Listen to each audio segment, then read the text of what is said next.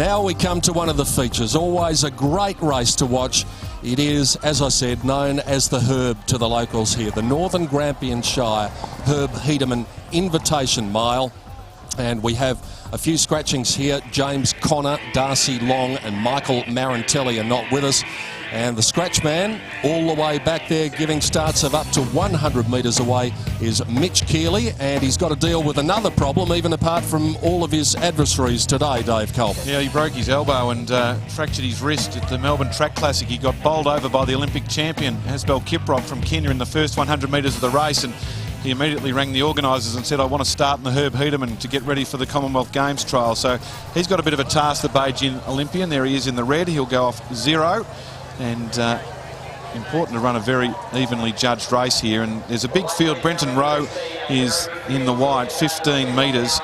And he was second last year. He started off scratch and he's got a Commonwealth Games B qualifier. So that's the pointy end of the field. And the man he chased is that man in blue there, Dr. Philo Saunders, the defending Herb Hedemann champion in the 1600 metre race, the mile race.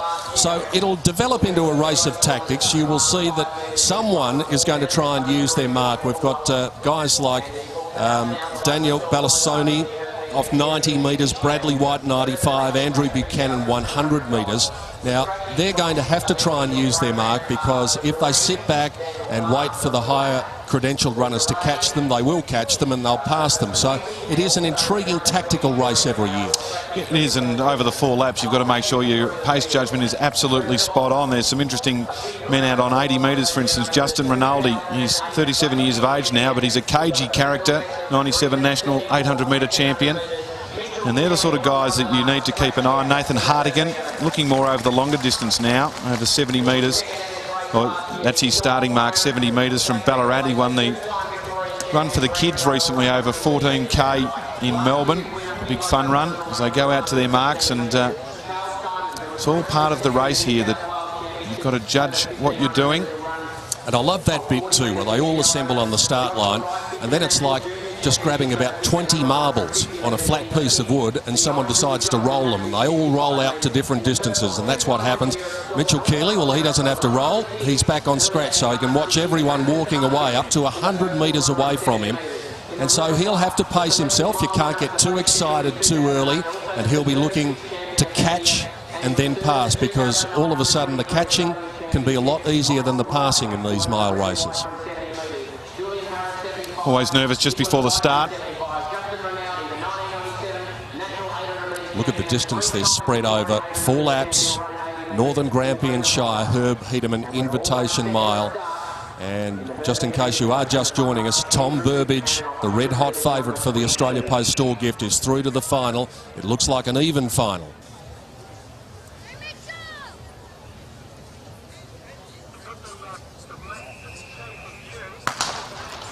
And they're away on their journey, the 4-lapper, the Herb Hedemann Invitation Mile of 2010.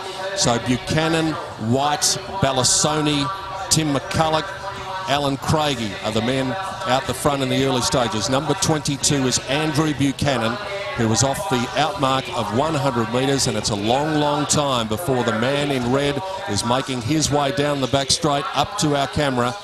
And that is Mitchell Keeley, Brenton Rowe, the man in white, Philo Saunders, the man in blue. They are the men to watch as the race evolves. Got to be really careful if you're off the back mark that you don't spend your bickies too early. You've just got to cool your jets and let the guys out in front. They'll come back to you, but it won't be until the final lap that they really start to get the staggers, the boys in front. And at the moment, Mitch Keeley hasn't tacked on to both Philo Saunders and Brenton Rowe, and you can see they're not even coming through the finish area at the moment. We're about to see Rowe and then Saunders, and Keeley's just behind them, just out of screen. So at the moment, Mitch Keeley, our back marker, well, he is the best part of, well, he's probably still 100 metres behind, to be honest. He probably hasn't made too much ground in the first lap.